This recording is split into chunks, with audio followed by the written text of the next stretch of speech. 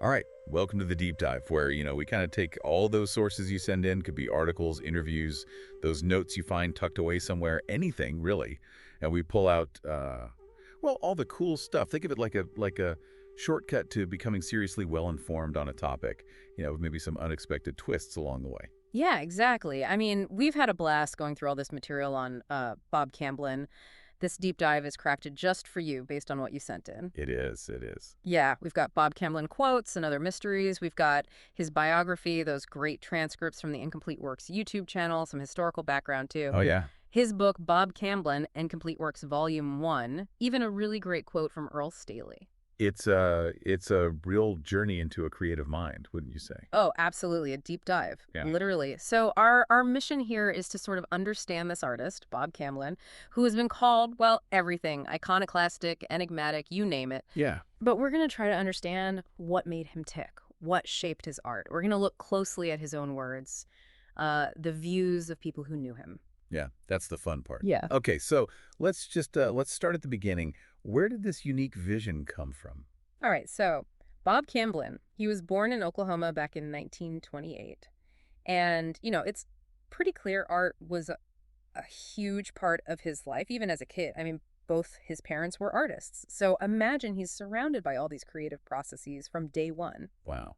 And what about his childhood, growing up in Ponca City during the oil boom? Did that have an impact on his art? It's hard to say for sure, but it definitely seems like it. Yeah. You've got this period of rapid change, a lot of wealth flooding in. Then you have this story of the Marland estate, this grand mansion that ultimately went into decline. Oh, right. And then there's the Pioneer Woman statue, too. Oh, yeah, yeah. That statue designed by Bryant Baker definitely makes you think about this kind of, I guess, this kind of clash between ambition and a more rooted historical feeling. And it's so interesting that he actually includes that statue in some of his later work, sometimes with those initials VV. Oh, yeah, for his mother, Viva Camblin. It's like Yeah. those early images, both of, Boomtown Dreams and those deeper historical roots, they stuck with him. Definitely.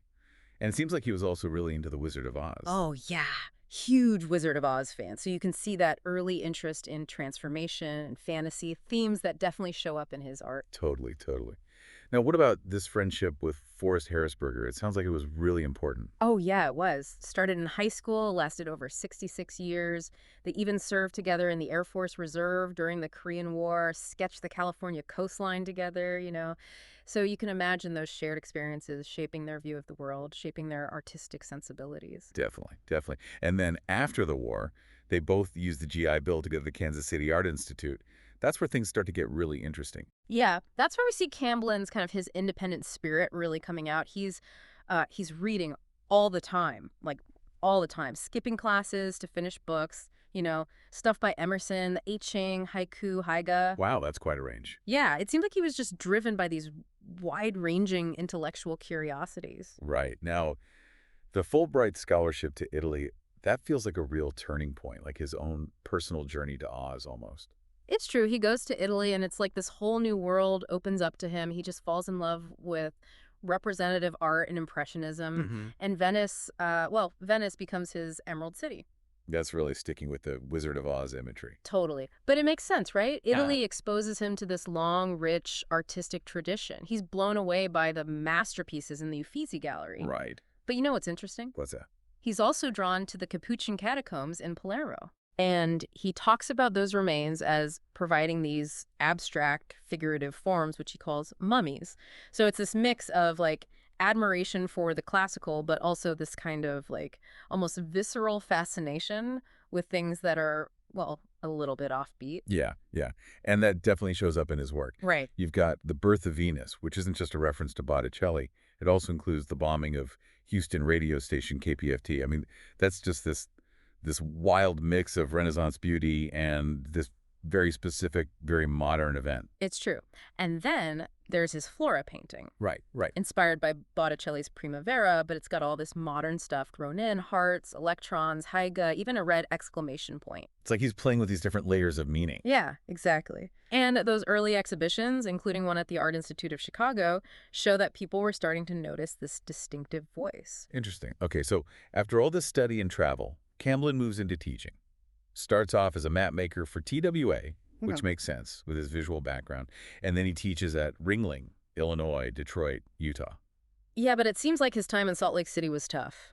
Oh, Yeah, he was frustrated with I guess, the artistic scene there, felt like it was too limited. So he ends up at Rice University in Houston, which seemed to be a much better fit.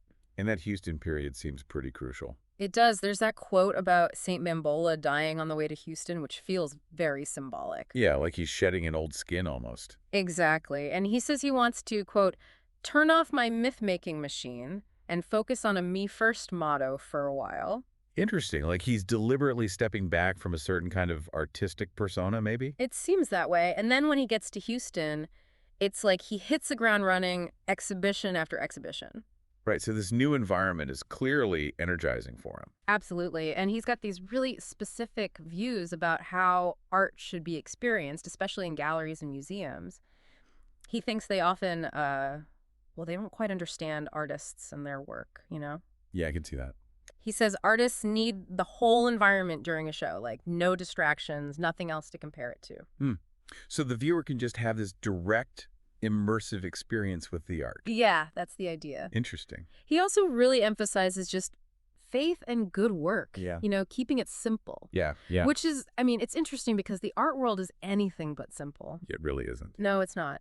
And then he paints these water jars to symbolize turning a stumbling block into a stepping stone. A powerful image for sure. Yeah, yeah. Now, in 1976, Camblin makes this radical decision. He leaves academia, like completely leaves it behind. Really? Yeah. He decides to live this nomadic life, totally dedicated to his art. And he funds it all through selling his work, doing commissions, travels to Italy, France, Ireland, Mexico, the South Pacific, just, chasing that artistic vision. That's a serious commitment. It is. And it probably had a huge impact on his work, seeing all those different places, all those different cultures. Absolutely.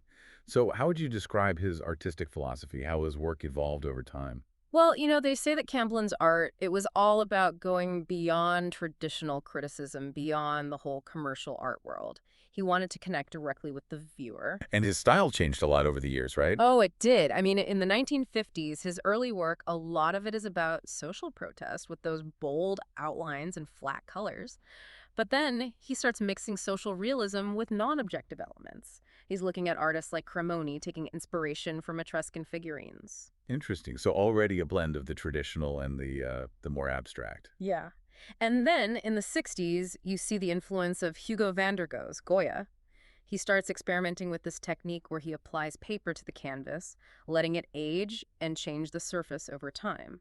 Wow. So he's actually incorporating the passage of time into the work itself. Exactly. He's also working on this a series of masks during this time, and his palette gets more muted, more in harmony with his drawings. So he's always experimenting, always pushing boundaries. Always. Then in the 70s, he creates Mouches Volantes with Nancy Giordano. Mouches Volantes, what's that all about?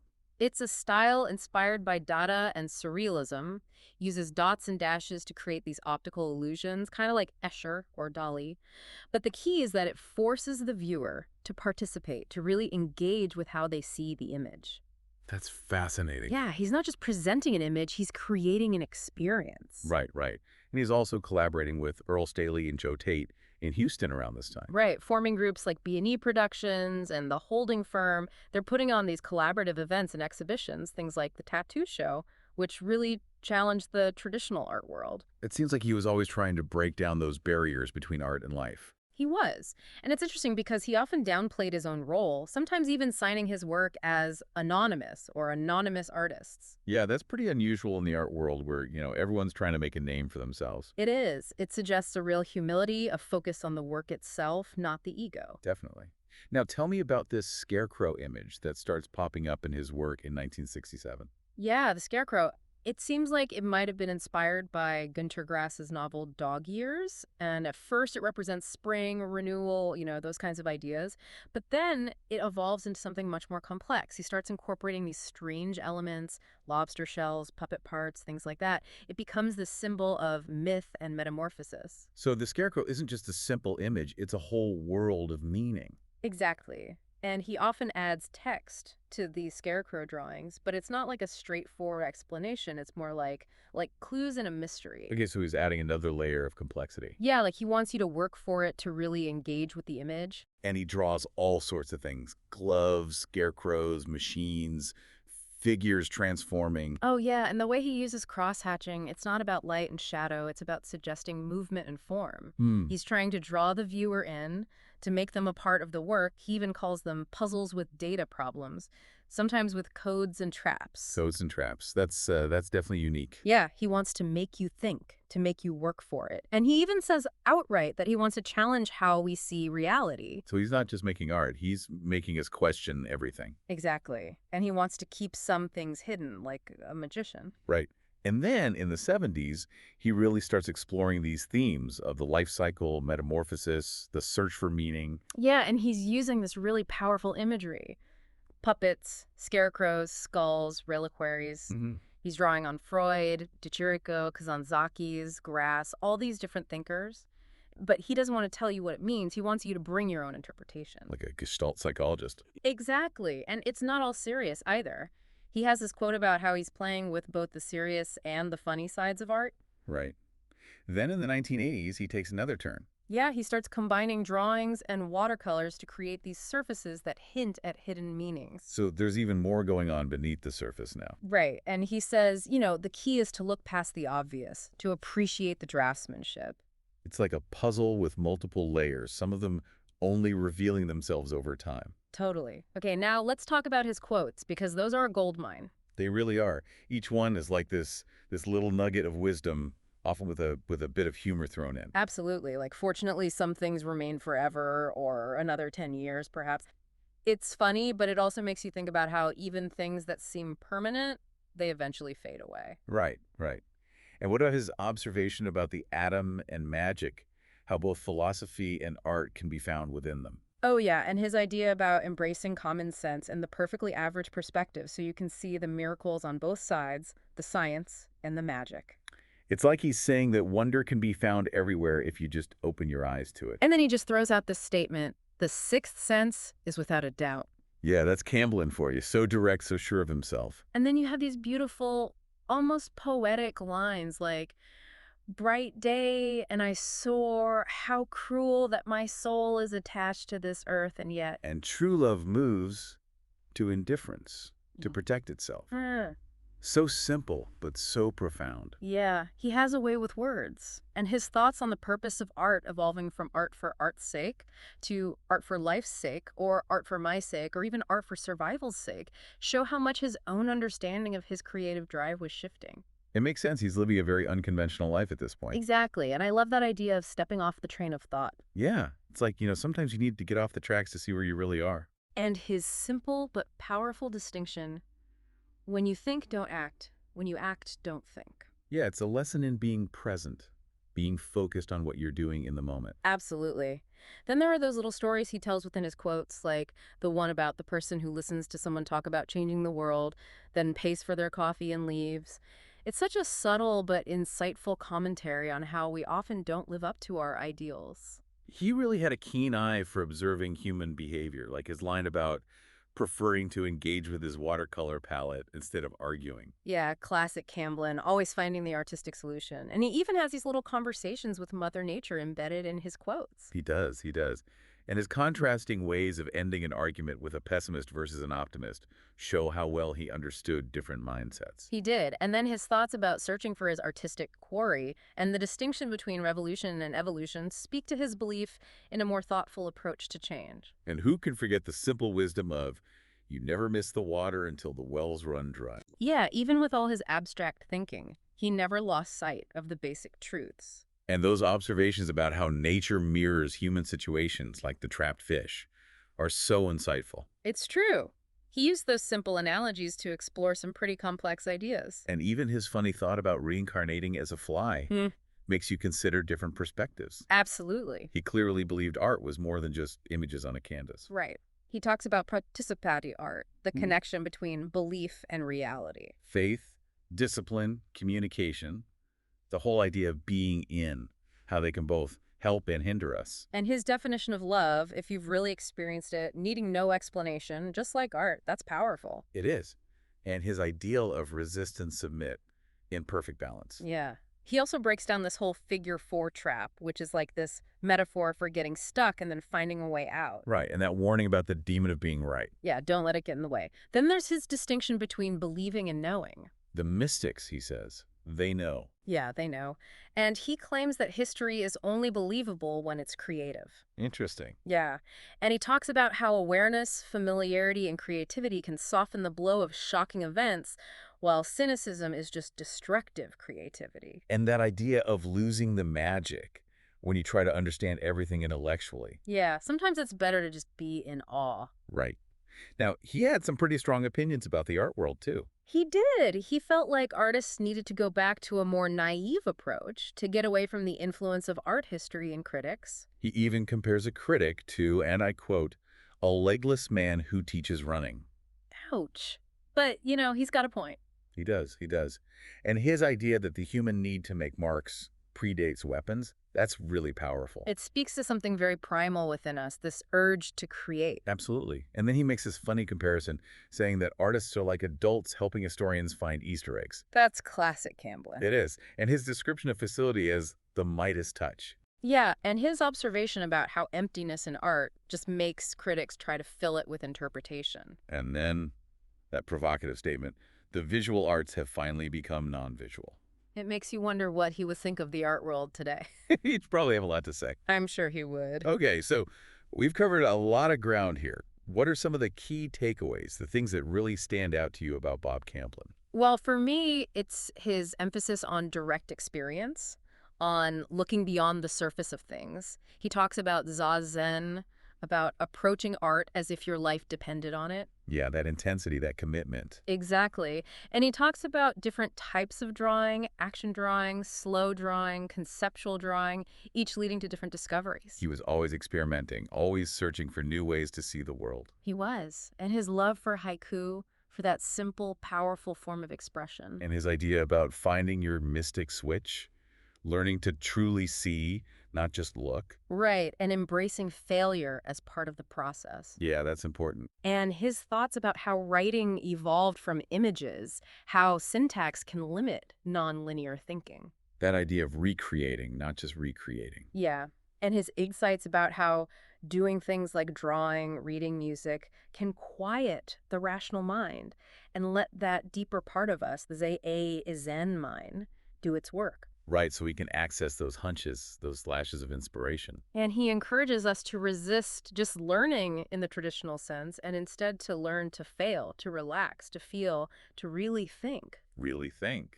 I like that. Yeah, it's about engaging with the world on a deeper level. And that idea of already knowing something deeply and then suddenly grasping it with complete clarity. And the idea of mirrors, how we all reflect each other. He calls it magic. He does. He also talks about the jump of understanding, that intuitive leap. Right. And his distinction between magic for power, which is negative, and magic for seeing, which is positive. Yeah, he was all about using creativity for good, for understanding, for connection.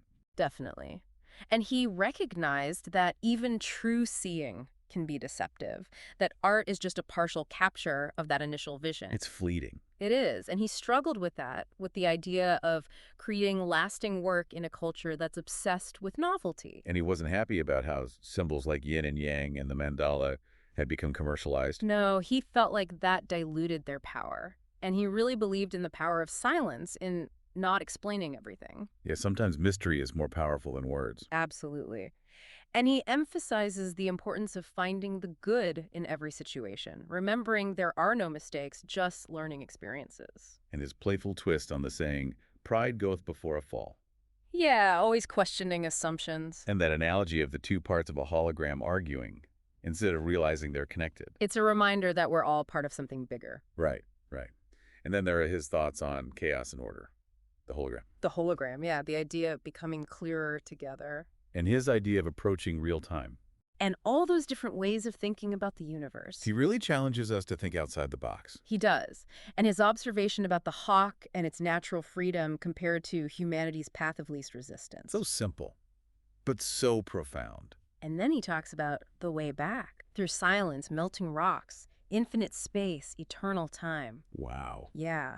And his references to Louis Sullivan, to different kinds of crutches. He really draws on a wide range of sources. He does. And his emphasis on freedom, on dulce far niente. The sweetness of doing nothing. Exactly. And that amazing metaphor of the phoenix trapped in a salty shell, waiting for a different kind of fire to be reborn. That's powerful. It is. And his simple statement that the meaning of life is in the living. And his thoughts about the universe folding in on itself, waiting for that magnificent pulse. And the wisdom of Alan Watts. You are that vast thing that you see far, far off with great telescopes. It's a beautiful reminder of our connection to everything. And he brings in William James, Sartre, that Zen proverb about those who know remaining silent. Yeah, he was always drawing on the wisdom of others. And Bergson's ideas about intelligence, the unconscious, how perception can freeze reality. And Teilhard de Chardin on the satisfaction of giving yourself to others, the connection between suffering and existence. It's amazing how he weaves all these different threads together. He does. And then there's Lamarck, Koestler, Jung, all talking about the nature of creativity in the human mind. And those insightful quotes from the Magus, Dostoevsky, Salinger, Updike. So much wisdom packed into those little passages. And Barth, Durrell, Huxley. It's like he's created this whole philosophy out of fragments. He has. Yeah. And then there's his own ecology of art concept, the idea that doing your own thing can actually contribute to the balance of the world. It's a powerful idea. And his struggles as an artist, wanting to create something lasting in a culture that's obsessed with the new and the shiny.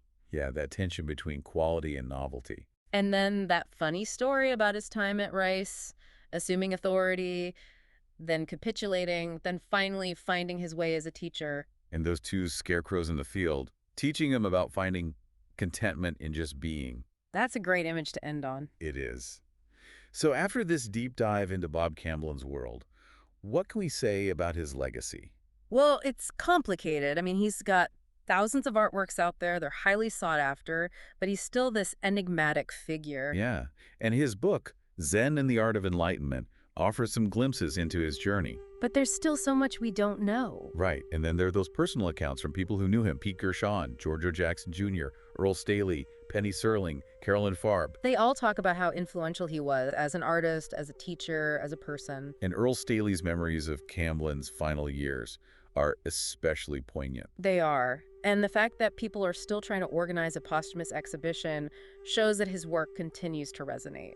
It does. Well, I think it's safe to say that this deep dive has given us a glimpse into a truly unique and complex mind. Absolutely. So for you, our listener, consider how Camblin's ideas might apply to your own life. How can you step off the train of thought, find your own mystic switch, and learn to truly see the world? And here's one last thing to think about. Could Camblin's embrace of the perfectly average view of the universe actually be the key to experiencing the truly extraordinary? Keep exploring his work, keep thinking about these ideas, and see where they lead you.